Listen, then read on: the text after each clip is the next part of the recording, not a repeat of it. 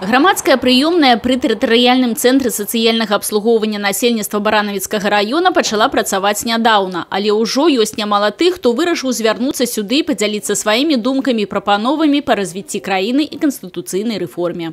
Я сегодня пришла в общественную приемную с предложением о внесении в Конституцию понятия о Всебелорусском народном собрании. Необходимо определить его положение как органа взаимодействия между гражданским обществом и государственными органами управления. Непосредственно, конечно, необходимо закрепить и определить, формировать его состав и определить его деятельность как органа власти. А вось настаўніка фізічнай культуры з аграгарадка Лясная хвалююць пытанні непосредственно связанные с его профессийной деятельностью. Я пришел в общественную приемную с таким предложением, как внести поправки в дистанционное обучение учащихся. В связи с эпидемиологической обстановкой, на мой взгляд, это немножко недоработано.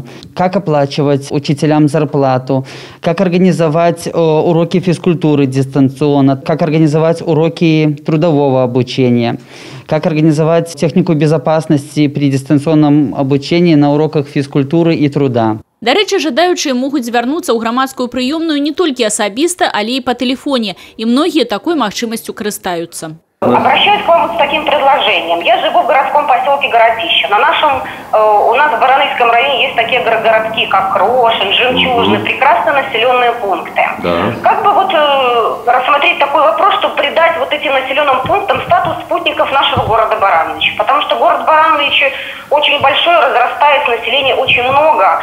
Вот. А если мы придадим статус вот таким большим населенным пунктам района, как спутники города Барановича, будет какой-то все-таки приток населения в сельскую местность. Такие громадские приемные теперь працуюць по всей краине. Лепшие пропановы плануется допрацаваць и передать на разгляд у администрацию президента Беларуси.